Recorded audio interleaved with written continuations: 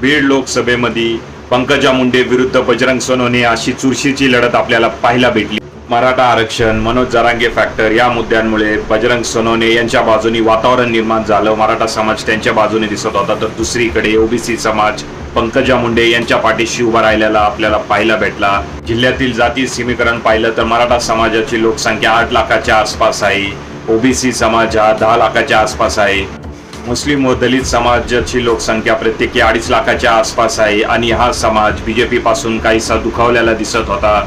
वातावरण बजरंग सोनवणे यांच्यासाठी अनुकूल होतं, पण शेवटच्या दिवशी बूथ मॅनेजमेंटमध्ये कुठेतरी ते कमी पडले। मतदार बूथपर्यंत आणण्यामध्ये मुंडे हे आघाडीवर दिसत होते। धनंजय मुंडे यांनी परळी विधानसभेमध्ये अनेक ठिकाणी बूथ कॅप्चर केले, बोगस मतदान केलं, त्याचाही फटका सोनवणे यांना बसू शकतो। बीडमध्ये कोण जिंकल हे सांगणं खूप कठीण आहे, पण जो पण जिंकल त्याचा विजय हा निसटताच असेल। 4 जून पर्यंत आपण वाट पाहूया।